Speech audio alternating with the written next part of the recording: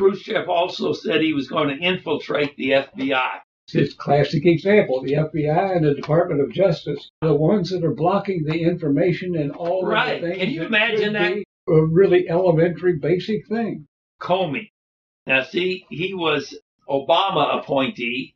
He didn't care about right and wrong and good and bad. He was going to get Obama's people in there and get rid of Trump. And they're still there. Help this us, is Lord. The thing that is critical about this election. Although a lot of these things haven't been able to be accomplished, it's going to take time because they're infiltrated. They pass laws over the years that prohibit you from firing an individual member of the bureaucrats. They're locked in, so there'll be things that can be done and will be done in giving another 2 years or 4 years. Of course, another thing Khrushchev said, he's going to get control of education. Well, here we got Common Core that's been put out by the left-wingers in Congress and the Board of Education, and the Department of Education. And charter schools are blocked every step of keeps on the whole thing. They not only at the elementary, secondary, but higher education as well, the university campuses. And this is one of the things that people don't know about. You talk about hate crimes and all that, anti-Semitic activity. The number one place in the United States for anti-Semitic activity is the college campuses. Left-wing radical students, you have a meeting of talk about Israel or something else. They came in and destroyed it. All of these things are happening, and it's all at the university level. The Southern Baptists did a study a few years back.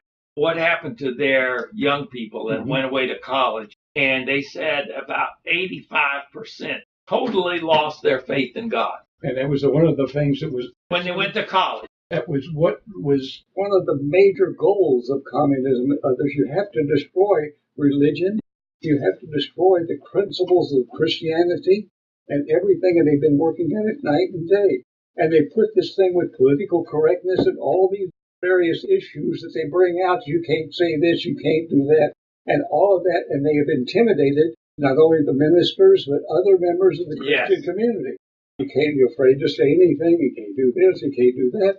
We had a guy on here from the Kentucky Mountain Bible College. It cost about a tenth of what it would to go to U of K or U of L, and they do not teach communism in that Kentucky Mountain Bible College. That's the same thing at Liberty College. And Liberty College is a good one. It's a percentage is so very small. It needs to grow. We need to get this back. People think, oh, well, I got to send my children to U of L or U of K. No, you don't. You send them to a good college where they're going to teach them Christian principles and not teach them socialism. I found it interesting that in Bullet Count, they found a copy of a test that was given in about 1900 to graduate from the 8th grade. You had to pass this test. Individuals in that society took that test to colleges, to high school seniors, and not a single one could pass that elementary 8th grade test. That's what we were talking about before. America used to have the best education system in the world, and now we're about the bottom of the Western world. Then here's another one of Khrushchev's goals. He was going to try to infiltrate big business, and that's what we call today crony capitalism. And it's working because it profited. All of that has motivated people beyond it with the right and wrong. He also said he's going to get control of the psychiatric profession. Well, they did that, and see, they used to say homosexuality was a mental illness. Well, now they say, oh, it's good for you. And same-sex marriages and all the rest of it. He said he's going to discredit the family and promote easy divorce, no false divorce, get the world court, the UN National World Court control over all nations. This is a key point, too, because they want a one-world government so that they actually run the whole world and not just the United States. But the United States is the one light that people look to, that is still the bright and shining star, that is all that what's left of it, but they have to destroy that first. Well, we all have to get out and vote. We all have to vote. It's really crucial. Like Khrushchev is trying to take over this election, and George Soros, these other guys, they're trying to take us over, and they'll take us over if we don't get out there and vote. But with God's help, we can take our country back, but it's going to take all of us. Something that's absolute responsibility and a necessity on our part. It's not an option of whether you go or not. It's a question of survival. That's it, life and death. And we look at that thing. I've heard when they came up with the study that 47% of the population, including 42% of the Democrats, that feel that they are all foreigners in their own country. I have an old friend that said, I wasn't born in this country. I didn't grow up in this country. What I recognize today is nothing like what it was like when I was a young man. Thinking about that, I agree with him. Movie, 6-minute video about the man who said he was going to walk away from the left-winger party. He was one, and there's a number of individuals, and some of them are very articulate because they've been on the other side. A Christian awakening, and God has given them the foresight to come over Amen. And say, that's right. Look, we've got this thing, and they can give you chapter and verse of everything that they've been party to earlier before they made the change. It's a frightening thing how it's been growing, and then you got guys like Horowitz, who's written several books about it. His family were communists, and all of that. He was grown up in a communist environment at home, and all that became active, and then he saw the light. We have a movie. We've got the DVD of that walk away speech, and we'll send it to you if you call us right now at 895-5025. The area code's 502, but we'll send you a copy of that walk away video that is changing the world. And we also have a video of a lady named Worthman, and she was, I think it was Hungary when Hitler took it over. And she says, America is going through the exact same steps they did when they were taken over by Hitler. Get all the guns and all that. Well, this was the thing that when they talk about the Nazi, but they don't stop to think, what was the Nazi stand for? The National Socialist Democratic Workers' Party. The socialists, the communists, they all are after the guns. If they get the guns, we're dead. And this is exactly what they've tried to do, and they actually accomplished that in a lot of the Eastern European countries, and then they just walked in and took over, and there was no way that anybody could retaliate. Let me just repeat that. That number is 502-895-5025. If you call that right now, I think Cindy's there to answer the phone. Then we have this Kathy Worthman video of how the Nazis came in and took the guns and took over the whole state. And then we have the walk away video. We'll send you all of them for free. We'll be glad to do it. And you can get your relatives, neighbors, and friends to get out and vote. Show them these videos. Show them what we're up against. With God's help, we can keep our country for our children and grandchildren. Every one of us is going to have to become a missionary. Take the message to as many people as we come in contact with. When I was growing up, we didn't have all these drug problems that we have now. But when they took God out of the public schools, very shortly after that, all of these drug problems come. The heroin overdoses.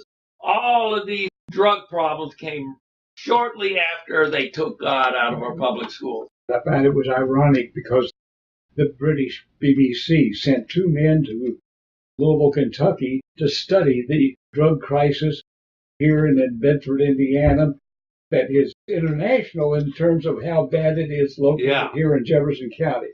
But one of the things that also irritates me is all of these tremendous numbers of violent crimes and a number of shootings and other things that happened, like Kroger store and then in the Pittsburgh area. Every one of them comes back to something mention of mental illness. I remember when I was a child and my father had friends that worked at Central State Hospital. It was a wonderful organ place. They had thousands of inmates. They were treating. They were doing everything. It was a huge farm in the sense that they had their own supply of cattle, eggs, chickens and all of the other things, and a nursery. And they also had cattle and everything. It was a self-sustaining operation. They used the people to get them in touch with nature and all that, and the psychiatrists and others that worked with them. It was a tremendous thing. But it was taking them out of the public and helping them cope with their mental illness. All of those things are missing now. That's Somebody right. produced a film and spit it around how horrible these crazy insane asylums were. And so as a result, they're put out on the street. They're given medication that they can or they can't take. They decided, well, I don't feel like I want to take it anymore. No supervision or anything else. And it's increasing and is growing because of drugs and other things that are going on. You're going to have a constant increase in the number of violent crimes committed by these people. That's right. The ones that need it the most are the least likely to take it. We've closed all of those institutions and there's nothing left to put just out on the street. The crime epidemic, that started right after they took God out of the schools, too. Sexually transmitted diseases. In 1950, there were only 5 of them. Now there are 50 and growing all the time. They started this thing, and when they talk about the age, we live in an age of entitlement. I'm entitled to it. I don't have to work. I can't have to do anything. I'm entitled to this. I'm entitled to free medical care. I'm entitled to a job. I'm entitled to this. Or I don't have to work. The government to pay. We've got 42% of the American people on some kind of government subsidy. And of course, they're coming across the borders by the busload. And this is another critical thing. And this is one of the major issues that Trump faced when he got elected. We've got to stop the border. But we've got all this thing. I was just looking at statistics. Well, it's a real problem. Yeah, a record of 29 million Hispanics are eligible to vote in this election. 29 million. That's both illegal and illegal. I don't know the breaking down percentages, but it's a total of 29 million Hispanics. San Francisco said they were going to let the illegal people vote. There have been members of the government in Mexico that want to take back California. They're out to help destroy America for their own personal gain. Well, this is our only thing we can do about it. We got to pray, and we got to get out there and vote and get other people to vote. Otherwise, Khrushchev is going to win the election. I've made it a point to call my friends. We have a group, and we had a directory we put together of people from various classes, and I've called friends around the country to ask them to do the same thing. And I talked to them a little while, and they went out. They're going to vote. They're going to vote. That's the key. Cindy's over there answering the phone, and that number is 502-895-5025. She will send you all of these materials, walk-away video, and the Kitty Worthman video, how Hitler came in and took over the guns and just destroyed the whole country. So we need that. We need people to get out there and vote. With God's help, we can take this country back. And not only that, to become missionaries for God's work. Yes. Everybody in your church, your other social groups that you belong to, and all. We can do it with God's help. Now, I don't know, I'm talking to somebody, but you're important. Everybody is important. Cindy also has a texting program that will text people in these toss-up states and ask them to get out and vote. So if you call her right now, she'll get you a copy of just how to do it and everything. 895-5025. Call Cindy right now, and she will get this out to you. All of this stuff. It's all free. Ed, we're about out of time again, but this was terrific. Well, it's again the most important thing that we all become missionaries for God and put in the message out. And the thing about they've been promoting it, your vote doesn't count. It doesn't matter. The worst thing that can happen is to take that freedom away from you. God bless you. Tune in again next week for the rest of the news.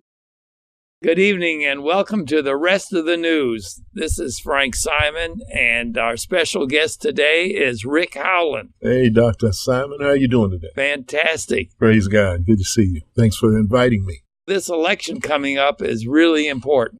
It seems to me that if the wrong people get in power, it's going to be the end of our country. It seems we Every election since about 1992 has always been billed as the most important election. And people have gotten used to hearing that. They've gotten bored with it. But truthfully, each election has been a bellwether because it's set up dynamics for the next 4, 8 to 12 years that we end up having to live with. And this one here is extremely important because we have age of incivility. Is that what you said? Age of incivility? That's good. Edge of incivility. Oh, edge. Yeah, where literally I don't trust the other side to not be destructive. The last administration, we saw the weaponization of law enforcement, of the that's exactly right. Of the FBI, of the CIA. FBI, and the IRS. I'm not ready to let them have it because we don't see that right now. We don't see Republicans using law enforcement against anybody. There was a time when there were two parties in America, Republican and Democrat. Mm-hmm. Those days, it seems to me, are gone. What we have now is pro-America and anti-America. Since George Soros has basically bought out the entire Democrat Party. Leadership of the party. Yeah. It's not the entire party because I know people don't know George Soros. No. I mean, he's put his people in place. In leadership in the Democrat Party. In the Democrat Party. Unbelievable. So really, you could say that's the Soros Party. This election is about whether or not we're going to have religious freedom, prosperity, more taxes, whether or not Trump is going to be impeached. I always say the reason Mondale lost back in 1984 was because he told the people the truth that he was going to have to raise their taxes. Yeah, he did. But this is the first time ever the Democrat Party is running promising to raise taxes, promising to kill jobs, promising a lot of things that have been proven over the last 2 years to be beneficial to the economy and be beneficial to families all over the country. And they're going to cut back on that. And they're running on a ticket promising to take all that away. Look at the open borders. That seems to me is a major issue because of the drugs. It's a drug issue. In other words, human trafficking, drugs, guns, everything, and terrorism. Coming across the border, terrorism. That's why I'm thinking really it boils down to the American people are in one party and the anti-American people are on the other because they want to get rid of prosperity, get rid of jobs, more and more taxes, open the border up to more and more drugs, more and more terrorism. They're going to bring in more immigrants, illegal immigrants, to take our jobs. The problem is what they want to do is make illegal immigrants, give them legal status. Yeah, make them Democrat voters. And I think in California, there's one community that because if you're an immigrant, not even necessarily illegal, but if you're an immigrant and your children are in the public school system, they're now arranging for them to be able to vote, at least in school board elections, because their children are in school. I'm not at all satisfied with this idea of people that are not citizens being able to vote for anything. Because they're going to take away your vote. They're going to neutralize your vote. They're neutralizing. I'm going to go by the rule of law, but we're making some serious mistakes by being so loosey-goosey with what it means to be an American. Issue of Israel is involved in all of this, too. Whether or not we're going to have support of our ally Israel or we're going to let the Palestinians wipe them out. It's a strong election and a lot of really important issues like peace through strength. Are we going to have peace in America or are we going to knock everything down till people want to come in and take us over? It looks like we've got someone that's called in. Hey, Pastor Coleman, are you there? Yes, good afternoon. Yes, sir. Hey, there he is. We sure are good to hear your voice. Dr. Simon yelling at you right there. Yes, sir, Dr. Simon. You're one of the best. The Lord's the best. We just follow his plan. Yeah, Amen. No, we just opened up the program a minute ago. Just having general comments about the importance of this coming election. I was making the point, I don't know if you agree or not, but I was making the point that the Democrats seem to be running on a program of we're going to raise your taxes. We're going to reinstate regulations and taxation that made it impossible for jobs to be created, and we're gonna run against all of that. I don't see where they think that's gonna be a successful message.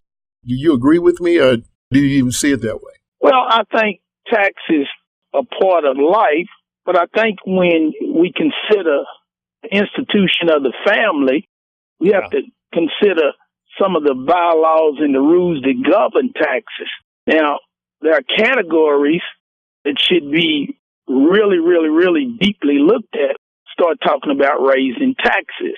Number one, everyone ought to do their best to pay their part, but can all families pay some of the steep increased taxes that are being instituted? So to be fair, we really need to look at the tax increase law. The way economics works, Pastor, is anytime you want to cut an activity, anytime you want to stop something, what you do is raise taxes on it. You remember 30 years ago, I guess, when tobacco companies were found liable for the death that their product was causing. Remember, They started the government ostensibly to get money to help people who had health problems because of smoking. They started raising taxes on tobacco products, and they began to make their governments dependent upon those increased revenues. But then a problem occurred. When the taxes went up, they made cigarette smoking so expensive that a lot of smokers stopped smoking, which made their health better, which meant they didn't need to collect as much money to help people with their health. But taxation of the tobacco product stopped the use of the tobacco product. Yes. If you want to get rid of jobs, what you do is you tax economic activity that allows people who have money to invest in entrepreneurs and entrepreneurship. If you tax their ability to make a profit when they invest their money, what you do is you discourage that activity from occurring. Therefore, there's less investment. There will be less opportunity. There will be fewer jobs. And guess what?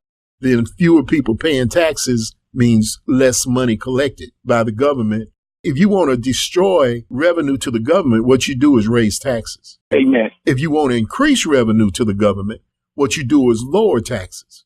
Reagan proved that. Kennedy proved that before him back in about 62 or 63, because he came in raising taxes, thinking he could be able to get money to solve some problems. And he noticed everything going the wrong way, and he got advice. But they decided to reverse things. He began to cut taxes. And that started that big boom that ended up going from somewhere in the mid-60s all the way up until the OPEC took the oil shortage to slow down our economic growth, if you remember, Pastor. Yes. The late 60s, all the way up till about 72 or 73, and then all of a sudden we had the oil shortage. Then our economy began to be rocky. Lowering taxes was what started that boom. And then you had the Vietnam War kick in. But there were jobs all over Louisville. I remember when I was a young man in the late 60s, you could quit a job in Louisville in the morning and have a job in the afternoon. Because I knew people that did it. They would quit GE and go get a job at Ford. Or they go to get a job at International Harvest. Or they quit a job and go out in Rubbertown and get a job working for a chemical company. There were just so many because taxes had been lowered from like a 90% rate down to, I think, 35% or something like that. I can't remember. I remember Kennedy said, rising tide lifts all boats. Yeah. And I think he was saying, if the economy is going good, everybody will make more money than everyone they were will making. be better off. Well, that's what Trump has done. He's got the economy firing on all 8 cylinders. And I don't know how long we can keep that up, but the economy being cyclical, it'll burn hot for a while and then it'll cool off. Burn hot for a while and cool. I mean, I'm just waiting on, and I don't want to get sick for it to happen, but the economy is like a fat man. You get too prosperous, you eat too much, you get too fat, and then you start getting sluggish, and then your activity drops off. So all of a sudden you can't do as much as you used to do. So look at me, I can't run no more. That's right. You're doing good. You're doing good. Maybe my metabolism will kind of put me on a little diet here, and all of a sudden you look up and I'll be the man I used to be. That's right. But that's the way the economy is. The economy has recessions naturally. Recessions naturally occur. Well, Brother Coleman, what do you think about this election? I want to commend you, Dr. Frank Salmon, and even Brother Rick, on even having to program the rest of the news. Dr. Salmon, your input in our community has been very valuable. But the thing that I look at when it comes to the election is how will families be treated? what will the new, whether it be Democrat or whether it be Republican or whether it be just a person who is voted in, independent, what effect would that person getting in office have on the family? I've developed an idea, Pastor, that it might be almost irrelevant in some cases. You know, if you get somebody that's really a doctrinaire, ideologue who gets elected office, you won't pay attention to his constituency anyway. But if you've got someone who sincerely wants to get a job and keep it, even if it's just that rudimentary, he ain't got no program or anything, but he wants to get a job and keep it.